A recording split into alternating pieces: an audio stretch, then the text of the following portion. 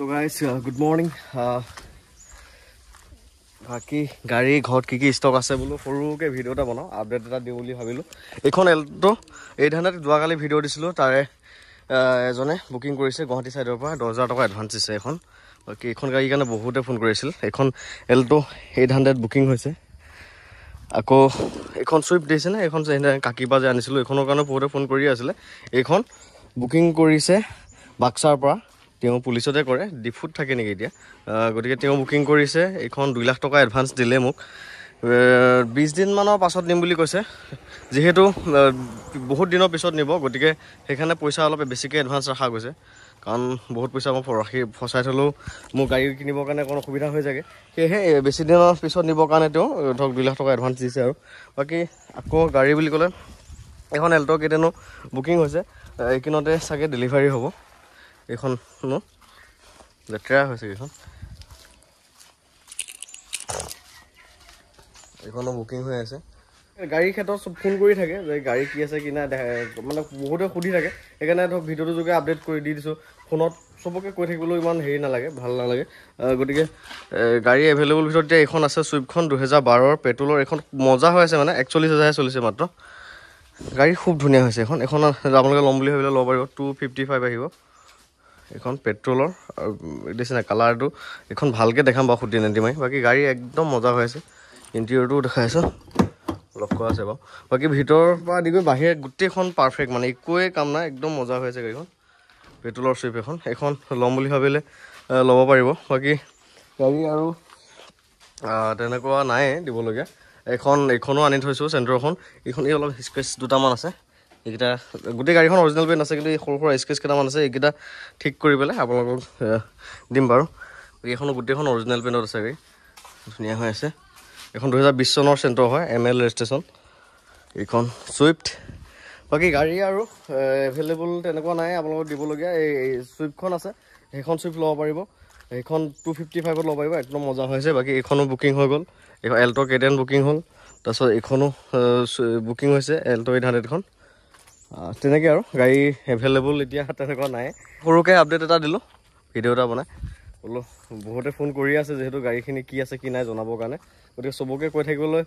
ফোনত মানে বুজাই থাকিবলৈ কোনো সুবিধা হৈ যায় সেই ভিডিও যোগে কৈ দিছো সবে গম পাব আৰু এল্টোখনৰ কাৰণে অলপ আগলৈকে বহুতে ফোন কৰিয়ে আছে মানে এখন বুকিং হৈছে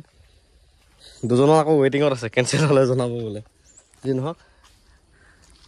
আৰু বাকি ইয়ন এখনো আছে ইয়নখন আজি ভাটিবেলা মানে দেখাম তাৰমানে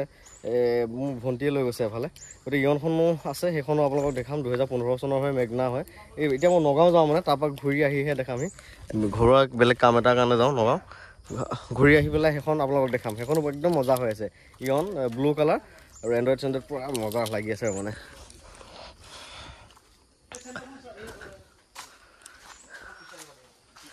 এতিয়া যাম আমি বেলেনলৈ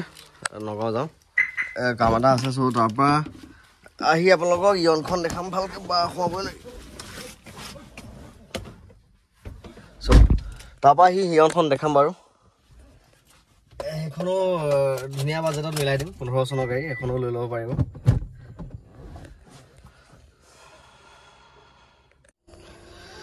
ঘৰ আহি পোৱা ৰাতি হ'লহি চ' এতিয়াই দেখাই দিওঁ আৰু এইখনো বাৰু ভালকৈ দেখাই দিম দিয়ক দিনত তথাপি আপডেট এটা দিলোঁ যেতিয়া দেখাই দিছোঁ এইখন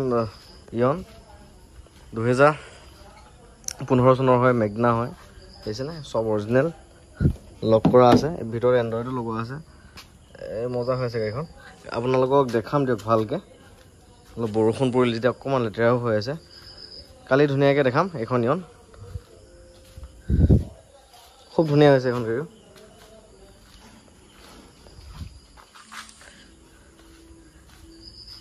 এইখন আপোনালোকে ল'ব পাৰিব 160 এইখন ল'ব পাৰিব ইয়ন মেগনা প্লাছ এণ্ড্ৰইড ফুল লোডেড 160 লৈ ল'ব পাৰিব এখন গাড়ী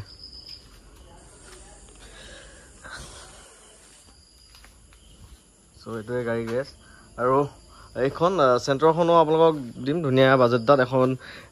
2020 মডেল হয় 2020 চনৰ গাড়ী আৰু এখন এমএল ৰেজিষ্ট্ৰেচন যদিও ডাইৰেক্ট ট্ৰান্সফাৰ হৈ যাব আপুনি যাৰ নামত লয় তাৰ নামলৈকে মানে এইজন ওনাৰৰ পৰা সিজন ওনাৰলৈ ডাইৰেক্ট ট্ৰান্সফাৰ হৈ যাব গতিকে এইখনো মজা হৈ আছে জাষ্ট এই সৰু সুৰা এই স্কেচকেইটা আছে মই এনেকুৱা স্কেচেছ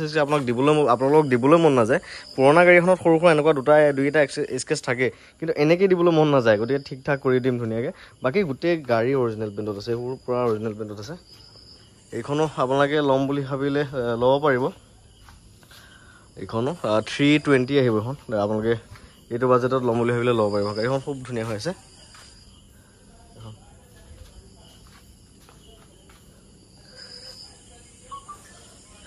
আকৌ এই বেলেনোখন দুই এজনে কমেণ্ট কৰি থাকে এইখন বেলেনো একচুৱেলি বেচা গাড়ী নহয় দেই মানে এইখন একচুৱেলি ময়ে চেল কৰা গাড়ী বাৰু কিন্তু আমাৰ সেই দাদা এজনক দিছিলোঁ তেওঁ মানে কি সিহঁতৰ ঘৰৰ গেৰেজটো অলপ মাটি চাটি পেলাই আছে গতিকে থ'বলৈ জেগা নাই সেইকাৰণে আমাৰ ইয়াতে থৈছে গতিকে এইখন চেল কৰা গাড়ী নহয় কিন্তু ময়ে চেল কৰিছিলোঁ বাৰু আজি 1.5 বছৰমান আগত নেকি এইখন ময়ে চেল কৰিছিলোঁ গতিকে সিহঁতৰ ঘৰত মানে গেৰেজত মাটি পেলাব পৰা নাই কাৰণে আমাৰ ঘৰত থৈ দিছে আৰু সেইটো কথাটো বাকী দুই এজনে কমেণ্টত কৈ থাকে যে বেলেনোখনৰ কথা কওক এনেকৈ কৈ থাকে চ' আপডেট এটা দিলোঁ আৰু দেই দিনৰ ভাগত ভালকৈ দেখাম গাড়ীখিনি